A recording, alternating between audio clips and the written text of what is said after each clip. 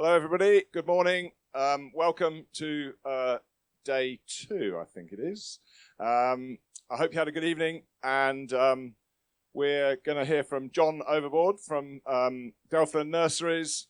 I've been buying plants from Delfland for probably nearly 30 years, I think, and I don't think I've ever had a bad one. So, so they're fantastic propagators, and I'm really looking forward to hearing what John has to say. Thank you, John. Jill, sorry, Jill. Oh, God, Christ, my memory. You see how my memory. So, okay, yeah, sorry, John. Just quickly, if anyone wants tool sharpening, you need to sign in for the tool sharpening at a time if you're going to go and do that particular thing. So I don't know quite if you can do it after this or you have to go now, but probably after this, if you could sign in for the tool sharpening. Thank you. Right, hello everybody. When I was in my early teens, for the first time ever, I got taken to the theatre. And the theatre was Morecambe and Wise, which was very funny. They performed for about 20 minutes and then stopped and said, "Any questions?"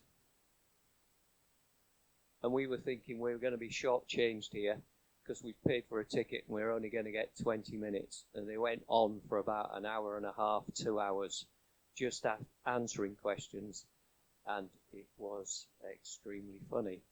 Now, I'm not planning to make it funny, but I would like you to ask questions, because I've no idea what you lot all want to get out of this session. So, what I'll do is introduce it and go through what I think everybody might want to know, and after that I'm going to hopefully leave a decent amount of time for questions. So, we're vegetable propagation. That's us, 7 acres of glass. Quite a lot of it is heated, some of it's got lights, and it's some of it is concreted so that we can move around very quickly.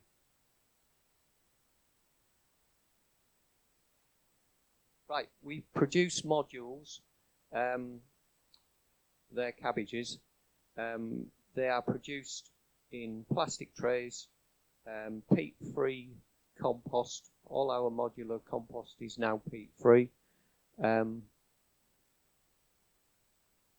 So I'll leave that. They all get sown on seeding machines, which are something like this. It's made by Fleer, and it's come a long way since the first seeding machines. That'll do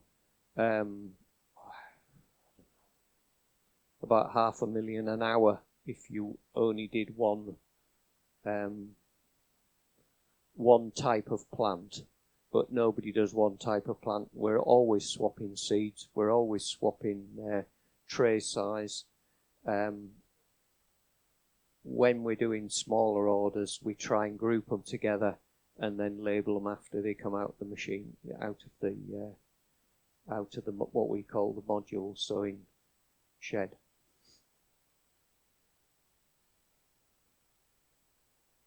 That is a blocking machine which makes cubes of peat, mainly peat.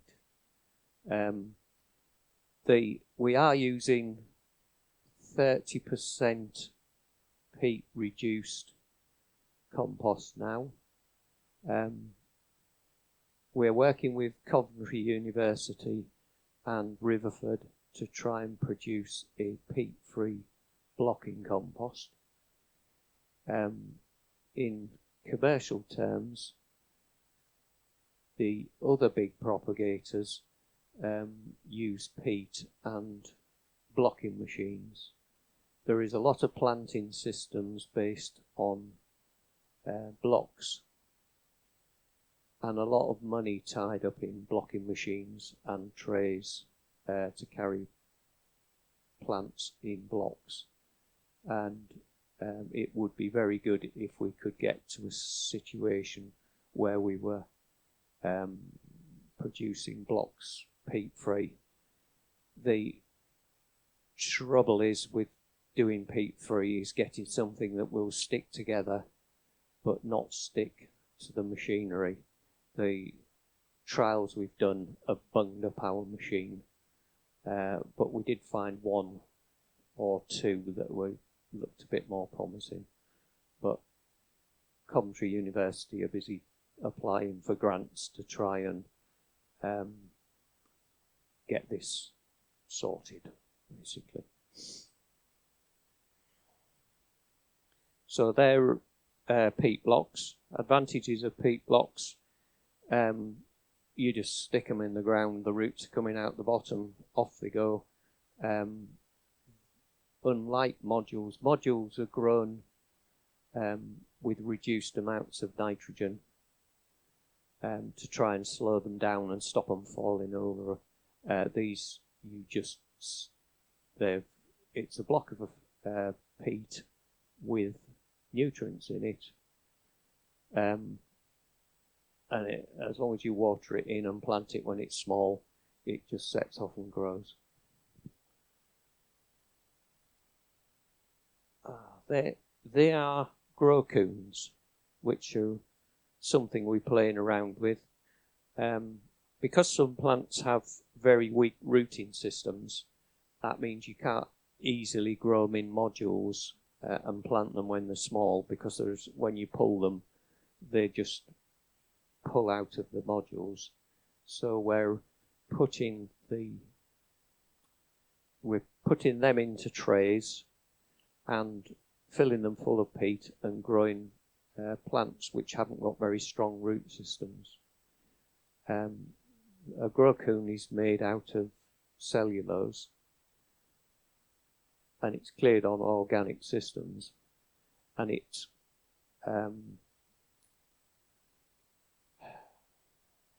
degrades depending on the temperature and the moisture content of the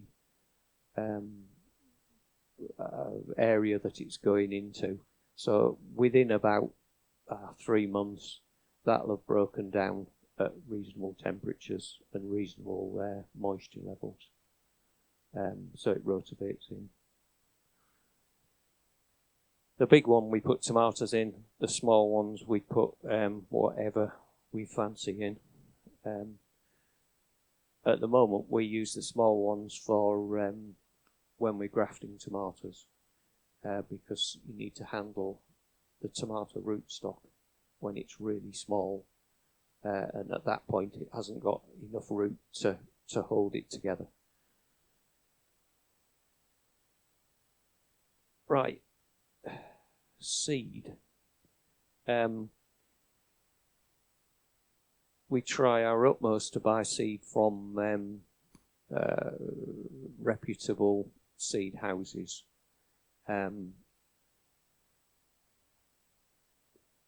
Because in my time I've come across all sorts of seed-borne diseases that spread through, especially through plants. And for example, Rhizoctonia will take a tray of brassicas out before it's ready for planting, and it will kill them all off.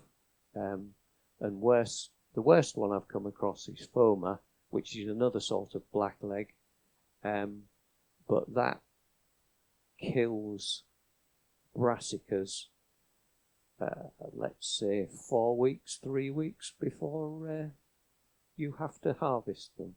So you walk into the field and they all start dying, and that's seed-borne, spreading propagation by water splash. We don't know about it, you don't know about it, till we all start dying. So obviously, if we're trying to get disease-free, we buy in our compost from Classman mostly. We make sure our areas are clean, so we were sterilising with something called Jet5, which is peroxyacetic acid, which again is cleared by the Soil Association. We also dip our trays, our boxes, and anything we might be standing on in the greenhouse, such as the pots, because we stand our module trays on pots. But it's funny, when I used to be propagate conventional plants, call it, and I was always fighting Rhizoctonia. When I became organic, I decided I couldn't spray against this Rhizoctonia. Well, you can't spray against it. And so the only other option was to get clean and clean everything up. And once, within about 2 years of cleaning things up, the Rhizoctonia disappeared.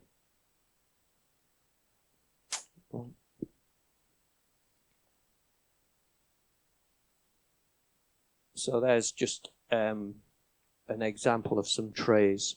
They are off the ground. That's a concrete floor. They're off the ground. They're on their upturned pots. So one in each corner. That's an example of module trays, various different varieties of. It's difficult to see from here. So. We concentrate hard on trying to keep our floors clean, our gutters clean. We're constantly removing weeds, because weeds carry lots of green fly. They can carry green fly, and white fly, and mildew. Yeah, and it's a problem. If you are very clean, you then open the door to get a disease, because there's nothing there to compete with the disease.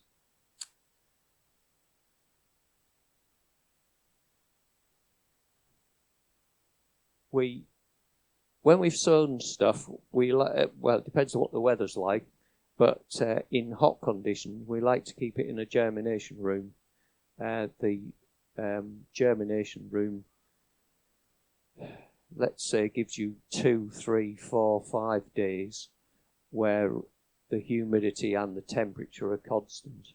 If you stick them straight into a greenhouse, you're exposing it to very hot, sunny conditions, and that runs, unless you're very sharp, run the risk of drying the seed out before it's got a big enough root out to survive it. So we try and keep them in, especially in the summer, try and keep them somewhere out of the sun and in a constant temperature, just to make our lives easier. Because you can imagine there's people laying plants out all day, various different places, and if you're not chasing around after them, giving them plants a little bit of water, you run the risk of them, the germination being quite bad. We cover seed with basically sand vermiculite, but we can use bark and other things. That's just a bit of kit that spreads it over the top of the machine. Sorry, you can see 2 conveyor belts in the front. The box goes underneath it, and the machine puts a layer of sand or vermiculite on the top. And yeah, for example, sand we will put on top of leeks, chard. Basically, you put sand on plant or seed with very thick roots, because a thick root won't penetrate the compost very well, especially the blocks, and it lifts the seed. And if you don't put something heavy over the top of it, like sand, it can't push the root into the block. But some of the time, for example, putting vermiculite over a celery seed or a lettuce seed is actually not necessary.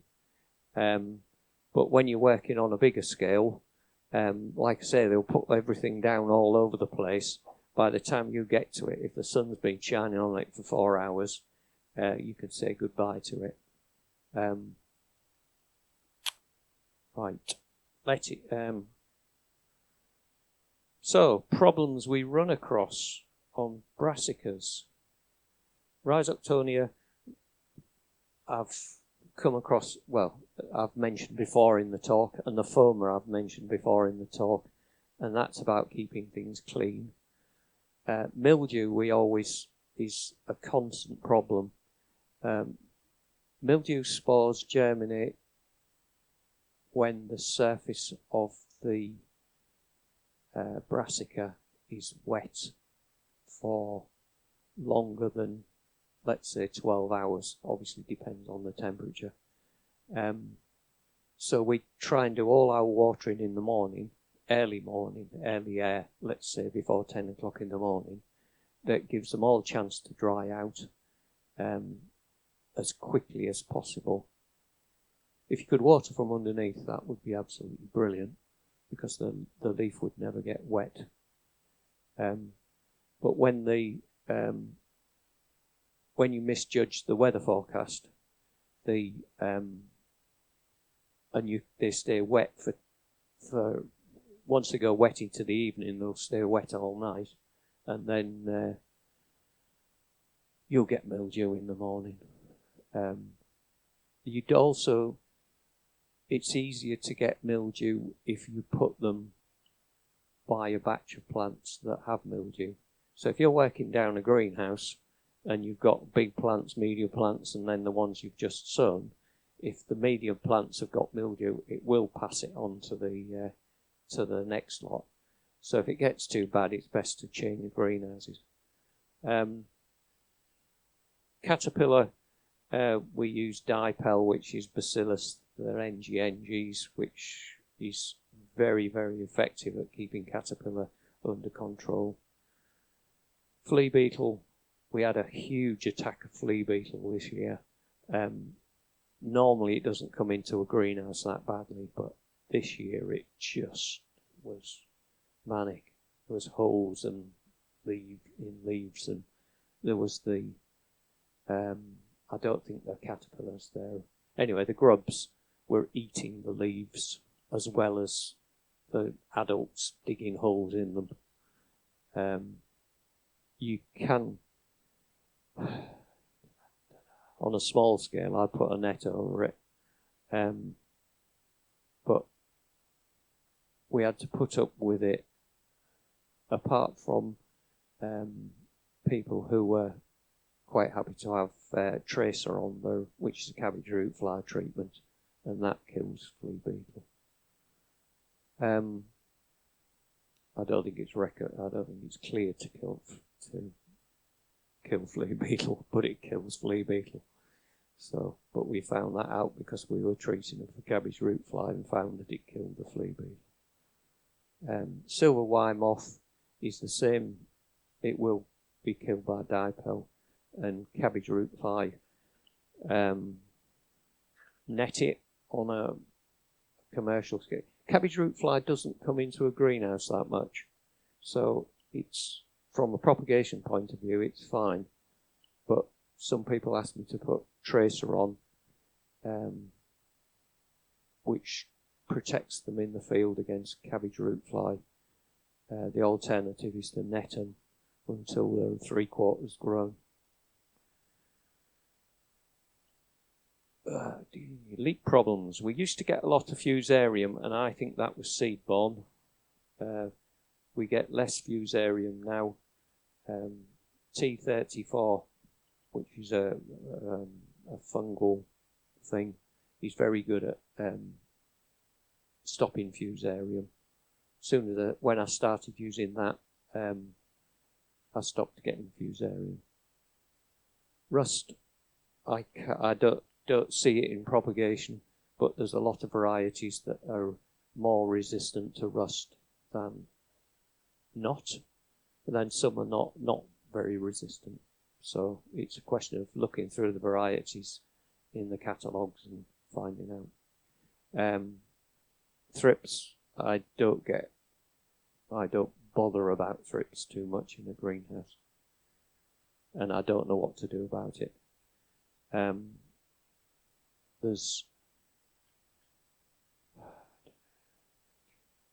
I'm not sure what's going on with leek moth either. But according to my early information, you plant your leeks really, really late when the last hatching or last egg laying has happened. But then you only get leeks really, really late. In my garden, I've tried netting them. It's okay. Doesn't.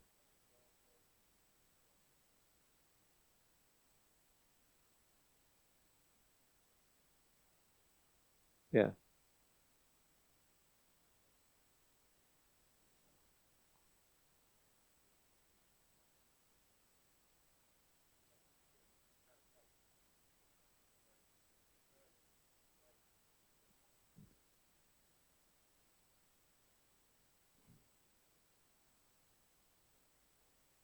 Oh yeah, but when you're peeling them, you keep getting the yeah.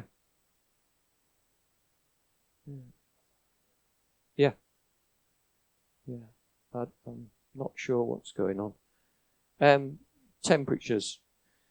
Apparently, the leeks bolt at a max. They have a maximum bolting at 7 degrees centigrade. So if the temperature of the leeks is average when you're propagating them is averaging 7 degrees, look out, you're going to get bolting. So we tend to keep our leeks at 15 degrees centigrade when we're propagating them, and that gets them through the bolting period. That's early on. Once you get to about May, it's not a problem because the average temperatures are higher. But if you look in the field rounders, they're direct drilling them, and they probably start direct drilling in April. So that, and they don't bolt either. So it's a bit difficult to decide what's going on, but the work early on suggested that you keep the leeks at 14 degrees centigrade, at least till May. Well, anyway, you'll probably tell me different. Yeah, so there's if you're talking onions, you need a heavy covering with sand to stop them, to make sure they actually push the root into the blocks or to the modules. Onions, because onion seed is very angular, our machinery isn't very good at sowing one seed at a time, so we use pill seed now if we can get hold of it. Interesting mildew.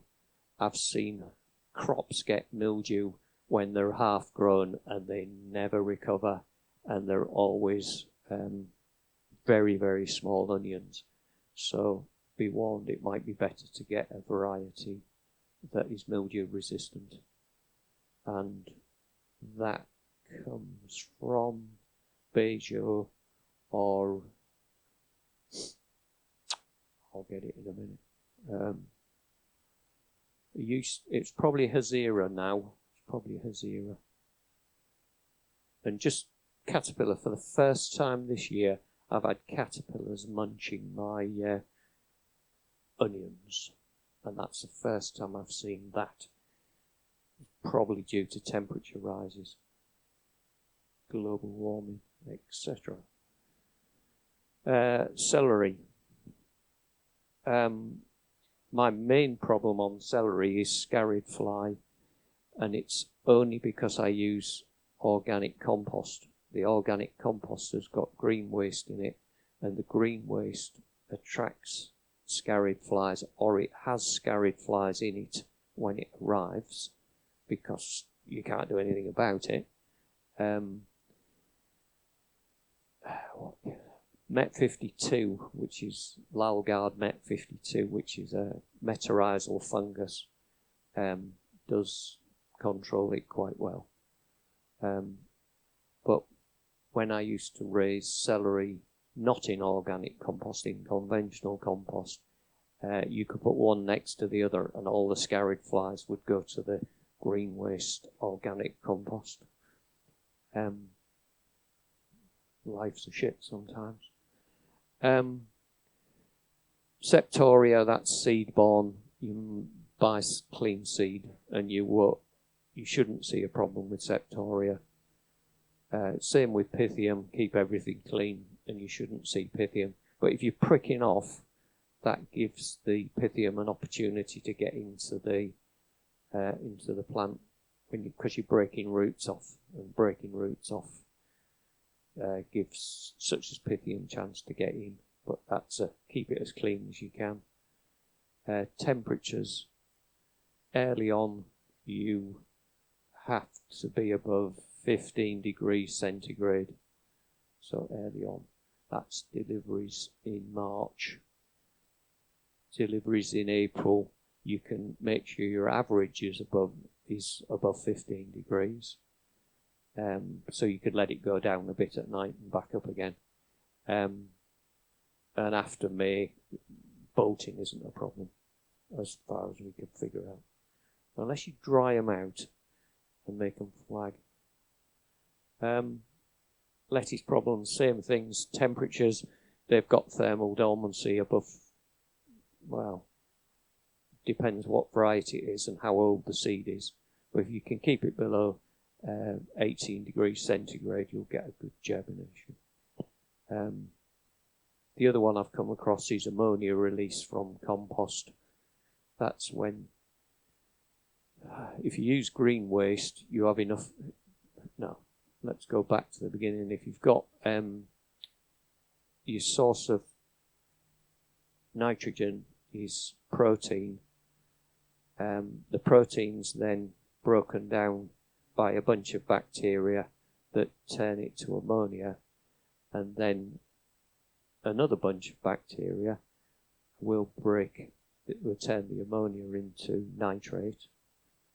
And if the two aren't present at the same time, you get a release of ammonia, and that damages lettuce and cabbage root fly. No, sorry, not tomatoes. It damages, and various other things. Scarrid fly, not so much of a problem. Only when you deliver it, you put a load of shrink wrap around the pallet, and they leave it in the heat. The scarrid fly comes out of the compost where it's living, and decides to munch the leaves and munch the stems. Normally, scarrid fly will just stay at the bottom, out of the way, out of the sunlight, basically. Sclerotinia tends to happen on sites, on grower sites. I don't think I've got sclerotinia, but it could, the spores, for example, the sclerosia germinate and put a little toadstooly thing up and send 1 million spores into the air, wherever it might have done it. So it is possible that it comes in and infects plants. It tends to infect fields on fieldscapes. That's when you see it.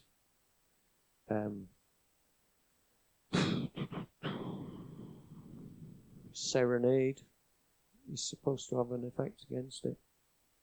Anyway, I'll leave that. Celeriac. The only difference with celery and celeriac is you seem to be able to reverse the bolt in celeriac. So in other words, if you've made conditions that would, as in low temperatures, that would make celeriac bolt, if you grow it early on with fleece over the top of it, it'll get really warm under the fleece, and that temperature reverses the bolt on celeriac. But generally speaking, you got to plant celeriac by before the middle of June. Otherwise, you won't get a decent size root. Fennel. The only problems I seem to get with fennel is when I overwater it, and then they just damp off big time. And I can't tell you which damp off it is, but if you're careful, they'll re-root again. But by then, that takes about another 2 weeks. Squashes and beans. We're back to scarred fly again. that seems to be the big thing that's bothering me at the moment. The temperatures in the greenhouses are getting higher, and the higher the temperature goes, the faster their breeding goes, and the more problems they cause. I've had seed-borne diseases in squashes, but a reputable firm will hopefully test for all the seed-borne diseases before they send the seed out. And they're usually horrified when I take a picture and send it back to them and say, look, I think this is your problem.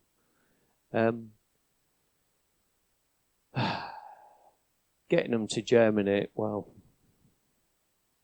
I generally give them a lot of water on day one and then don't water them until they start popping up. But you've got to have a heavy covering over the top of them, otherwise they pop the seed up. It's nice if you've got a decent temperature, but not necessarily. As in 20 degrees, that sort of temperature. They germinate a lot quicker. And generally speaking, the quicker you can germinate something, the less problems you get. Tomatoes, wonderful, love tomatoes. There's now a virus going round called tomato brown rugose virus. If you get it, it will infect your soil, and it will stay there for 20 years.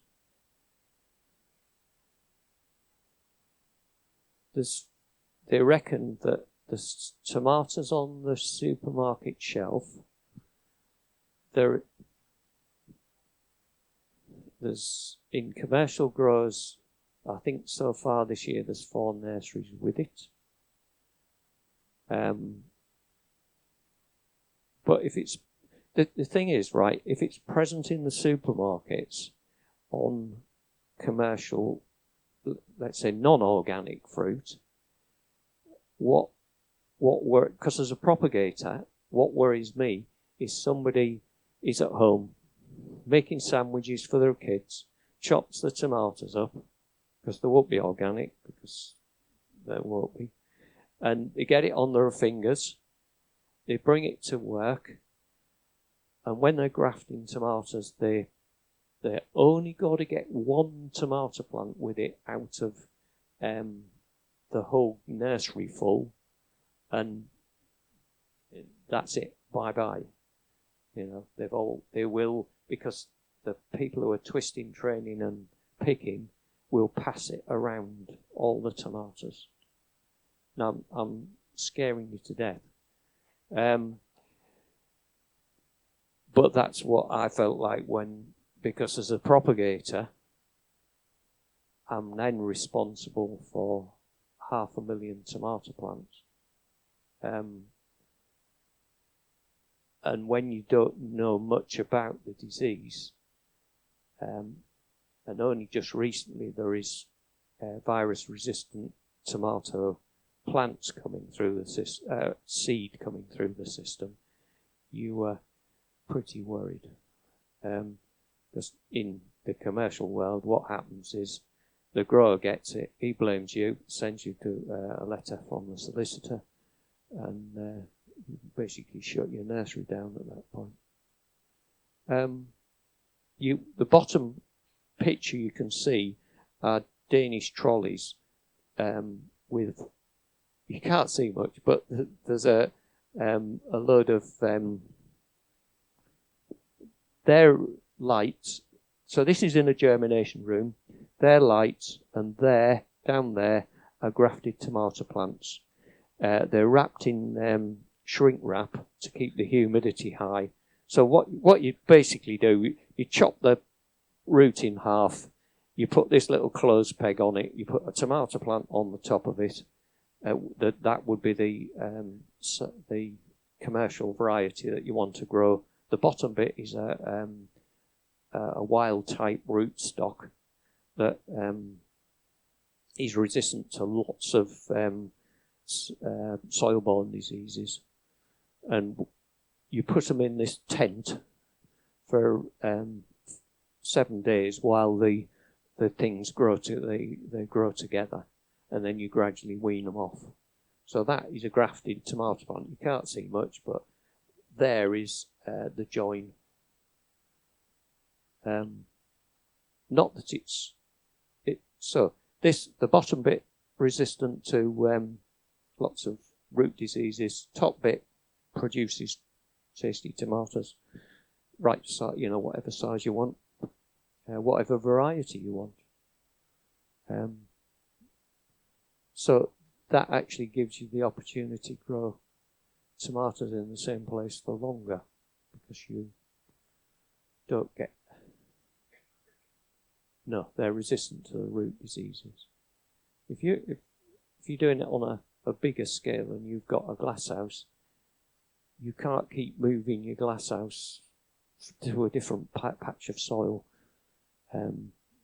So they put grafted plants in. We do get whitefly, but you can... Incasia is pretty good. We operate a principle of putting biological control in all the time. So we're putting a low level of biological control. Thinking is that there will be always something flying around hunting if something comes in through the vents, rather than waiting for something to happen, as in an outbreak of red spider or whitefly, and then putting the biological control in, because 2 weeks later the plants are going to be delivered. It won't have had time to do any good. And then we're sending plants with whitefly or red spider to the customers, and then the customers are not happy. So, yeah. Blight's worth a mention, because if you're growing cold tomatoes or into a tunnel, if you can get blight-tolerant tomatoes, you'll extend your season by 3 weeks, 4 weeks. You'll still get blight in the end, but rather than you get a really wet autumn and all your tomatoes are going black with blight, you might put that scenario off for 3 or 4 weeks, pick a lot more tomatoes.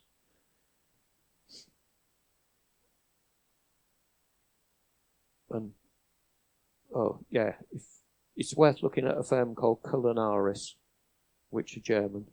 They have a lot of blight-tolerant varieties. They're all the tomatoes, and they're peppers and cucumbers grown in grow coons.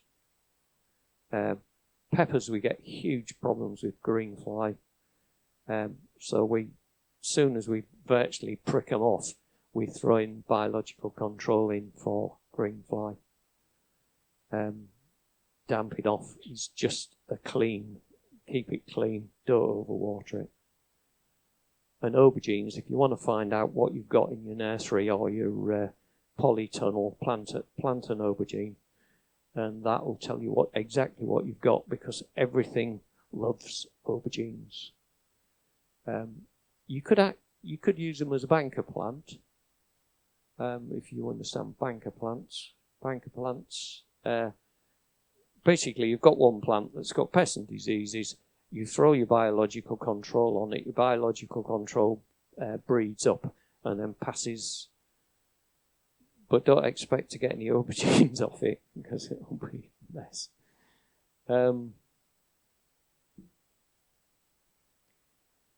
Cucumbers, Pythium, always a problem. Don't overwater it. Keep everything clean.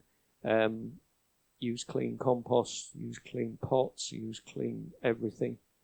There is I think there's about 20 different strains of Pythium, but Pythium aphalidomatum is a really nasty one that is quite happy at 25-30 degrees centigrade, and it just wipes cucumber plants out. So it's a question of keeping clean. Mildew, lots of mildew, tolerant varieties.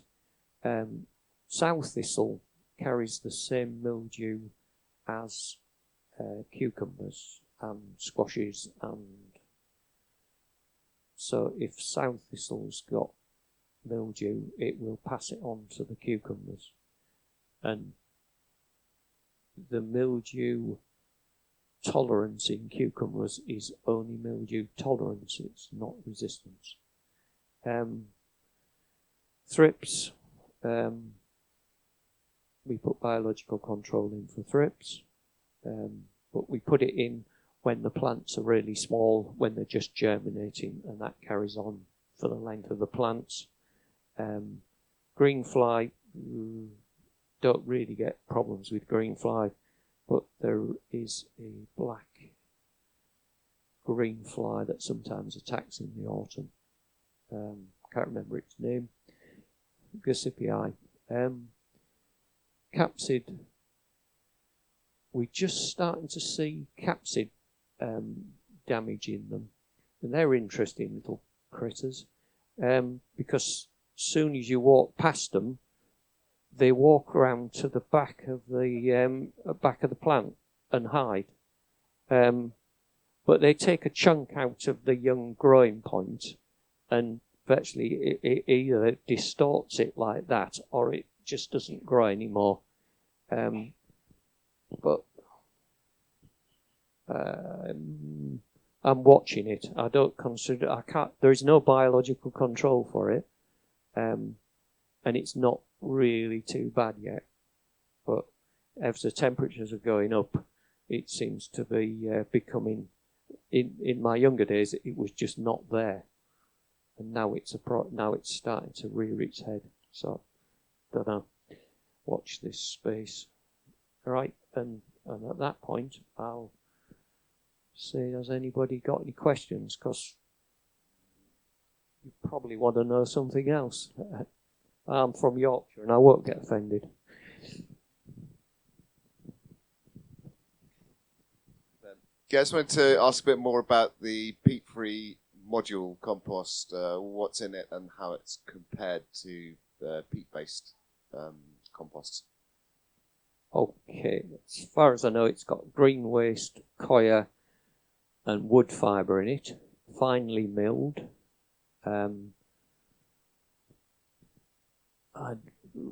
There's not much difference between that and a peat-based. We changed 1 year. We did some trials, and then we changed the whole lot in 1 year after that. And it might need 5% more water.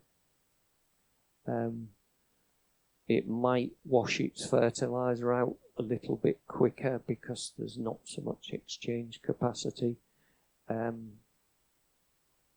But really, no difference. John, can I just add to that? What is the fertiliser? Do you know? I know it's a trade secret normally. We don't usually Jill said that to me on the way in. It used to be magnesium limestone, hoof and horn, and trace elements. No, it wouldn't be. It would just because the green waste would give them the trace elements. We did have a vegan version of it at one point, which had soya flour in it, which avoided the hoof and horn. But I think we're on hoof and horn. Do Klausmann's? Do they divulge that, Klausmann's? Yeah. If you ask them, they'll just tell you. And if for example, I got a big enough demand to to move away from animal products, then they'd just say, oh, well, we'll put this in instead. Because we have a continual battle in our heads whether we should be using stuff from Germany. We've always used as professional growers, Classmans, but some of us, going back to Melcourt, we had a terrible problem. We've always had terrible problems with some composts, obviously, and Classman's always been the most consistent. But we're sort of experimenting with Melcourt because it's just up the road. So yeah, I mean, we are, yeah, there's still a bit of a uncertainty about that. Well, of all the English suppliers, Melcourt know more what they're doing than anybody else. Nice that you said that. Yeah. Just a quick question, a bit more on TOBRV. You're saying you're worried about staff bringing it in from. Yeah. I can really see that. I hadn't thought of that one. Yeah. What do you do to mitigate that? Do you, like, in terms of, sanitizing, how do you stop it happening? Everybody who walks on the nursery in that winter period, that tomato production period, washes their hand for a minute, and then they wash their hands again for another minute with sterilant.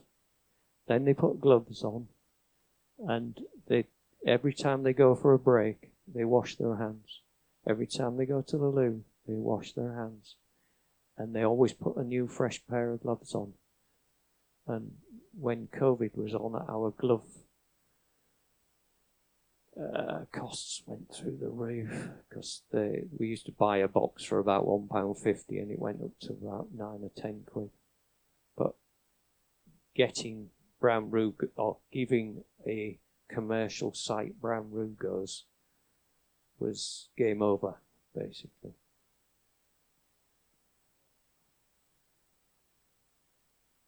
Yeah, I grow tomatoes and leave tomatoes for them to use themselves free of charge.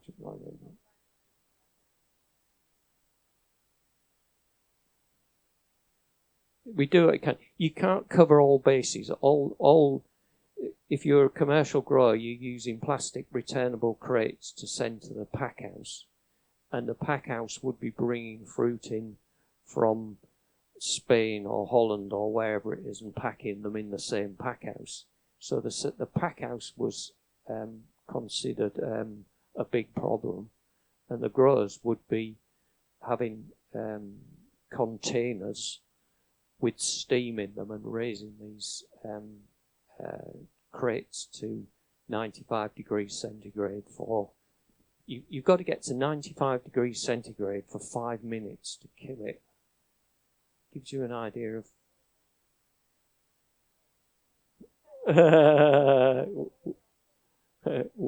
we wish, yeah, but they test the seed before we get it. Well, it's along the lines of it's too late, and if you're a sorry, am I being yes? If the Dutch have a problem, my view of the Dutch is they like to see everybody else with the problem rather than the Dutch, so they spread it around. But because once everybody's got it, it's everybody's problem, not just the Dutch's problem. Sorry. Hi. I don't know why I thought your talk might touch on propagation from seed cutting as well a bit more. So my question is about taking cuttings for propagation. Okay. So yeah. No. So I don't know why I got that. Is that totally wrong with me thinking we were going to be talking about cuttings as well? No, I don't. It's only because I don't do many cuttings. Okay, so I'm very small scale. So my questions were about I'm starting perennial programs with people, and they're seeding and growing at the same time. So can I take cuttings at the same time as taking seeds off to save? And also, I've been told that using white willow liquid that you can make is a very good rooting compound. And my other question was, I was told as a youngster that not to use vermiculite because it had asbestos in it. No, but it does use a lot of heat to produce it. So there are my two questions. Obviously, saving the strongest, because I'm very small scale, so saving the strongest seeds to then raise, to then take the cuttings. Yeah. But Okay. it was more about, can I take the cuttings of perennial cabbages and brassicas at the same time as letting it go to seed, which I accidentally had to do because I went away, or should I just take off the seed, leave it for a year, let that grow, and then take the cuttings off the next year's growth?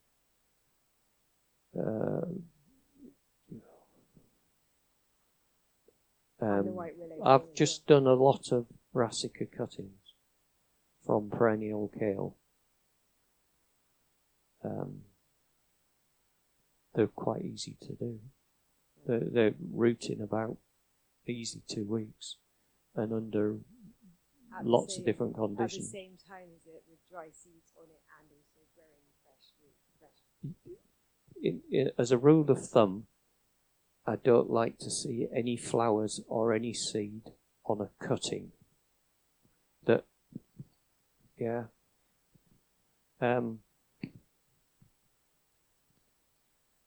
I don't. Yeah, why not? Yeah, and then just leave it go to seed. Yeah. No. As long as you take something that's vegetative and not going to flower, you'll get it. Yeah. Yeah, should do. Should do. Good luck. Yeah, I think it's. Willows. I've not come across that before, but I'm not likely to because I don't move in these circles normally. So it could work. I mean, I've had a lot of biological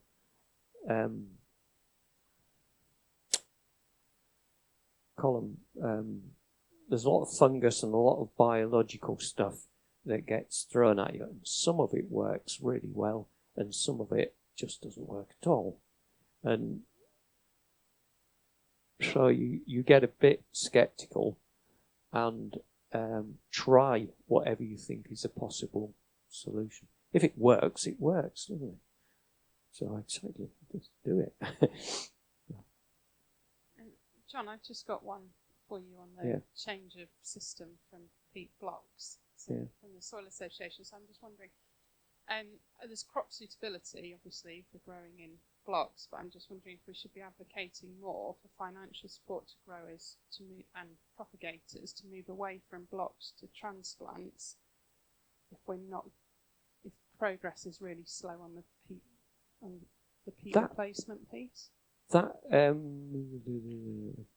them grow coons was, I probably didn't emphasise it enough, but the little one was my answer to let's say Chinese cabbage that doesn't root very well. That was my answer to it.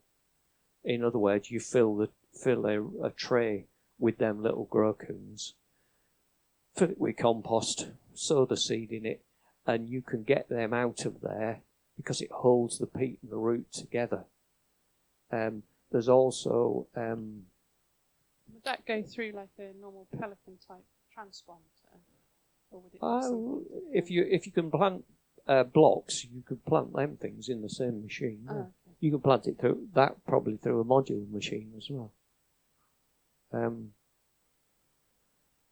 There's also there's not just that system. There's a paper pot system, which is ellie pots. But I don't like using ellie pots because if I'm going to buy ellie pots with organic composting, they want me to use 6 pallets at a time, and by the time I finish the 6th pallet, they're all bone dry and run out of nitrogen. So I like to put fresh compost in. So that's why I go down that system rather than ellie pot system. Thanks.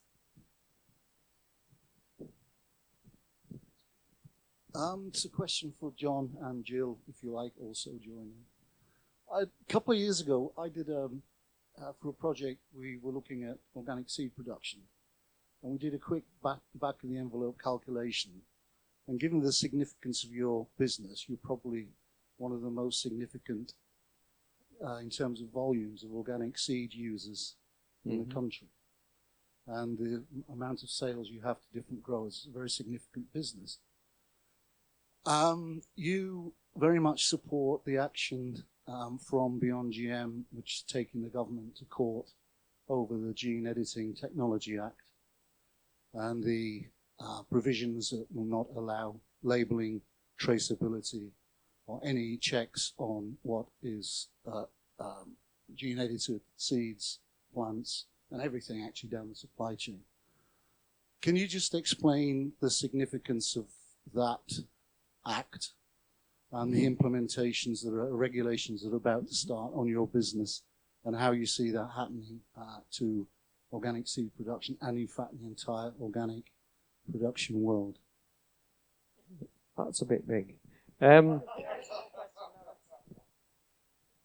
If this, in plain English, if they're going to let that happen, we need clear labelling on our seed packets. Otherwise, we're never going to be able to keep anything separate. And if there's no labelling on it, it then gets very difficult. No, not very difficult. I can't see a clear way of making 100% sure that we're not putting gene-edited seed material in our system when we don't want it in our system. So it's the government need to stop trying to push it in without clear labelling, basically. Can I just come back on that? Because pragmatically, they're not going to do that. I think we can all say pragmatically they're not going to do that. What could you ask for from your seed supplier as a big grower and other? I mean, I'm sure they would tell me. But actually, could you and others and all of us push the seed companies to actively label their seed as gene edited free, as it were? Because I mean, obviously, I support I massively support the Beyond GM case, but I don't think they're going to win, pessimistically. Well, we just need labelling on the packet, I think, as a minimum, and the catalogues, so that, I mean, I'm sure the Soil Association will, if it's organic seed, it won't be classified as organic if it's gene edited. So you're very safe on organic seed, but there's a lot of crossover onto untreated seed. And untreated seed is what it says. It's just seed that's not been treated in its production line. And at that point, anything can get crossover and get into there. And if it's always down to us, you need more than one point of defence. If it's always down to a propagator to ask the seed company if it's genetically modified, and one day doesn't get done because I'm on holiday and the manager's racing around like an idiot, trying to get everything out the door, and he misses it, you know, if it's at least it's on the packet. The guy who's sewing it's going, nah, mate, don't do that one. Not for this. Not with the organic label next to it. No, so it's just another line of stopping it. So just to clarify a bit more, so we filed papers, or Beyond GM filed papers in the High Court 2 weeks ago, which the government now has to respond to. Our case is that by not labelling, but critically it's not just labelling, they won't allow traceability. So we might not win labelling, but we desperately need to win traceability and information, so that anyone who wants to avoid gene-edited seed or gene-edited products in the shops or whatever could actually set up their own audit trail. At the moment, they're denying availability of that information, which we argue contravenes human rights regulations and laws. We might win the case. We need lots more money. We need another 40,000. And thank you, John and Jill, for helping and supporting this. And I hope some others might do that as well. 50 quid is good. 5 quid is great. We need another 40,000. But I'm afraid, John, you can't rely on the organic sector and organic certification, because the other thing that's happening alongside this is the push to allow gene editing, which is a GMO, to allow that in organic regulations.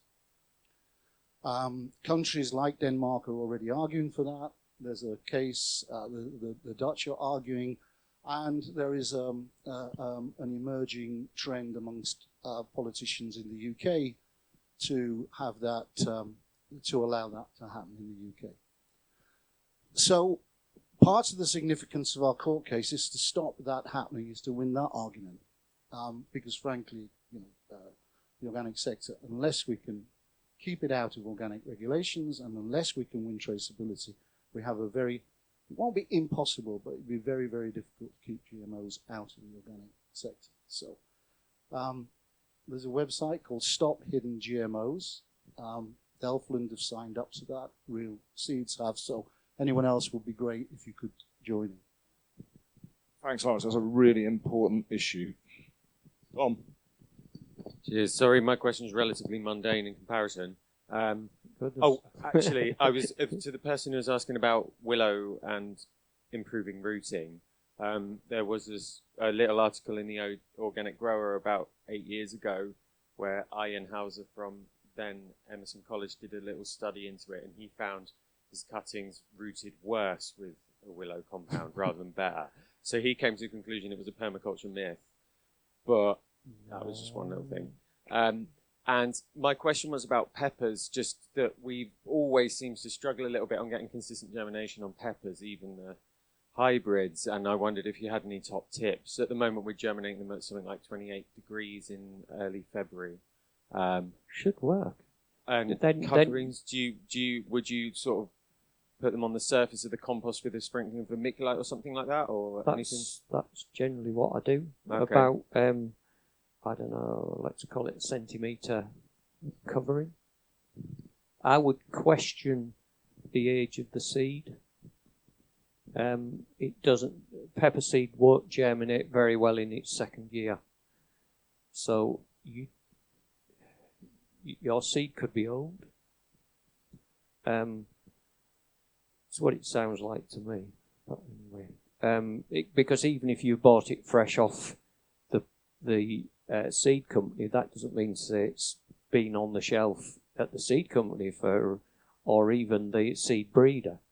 And as the point on your willow is, if I remember rightly, when I was at university, there was 2 different types of rooting hormone with 2 different, and certain things responded to this one and certain things responded to that one.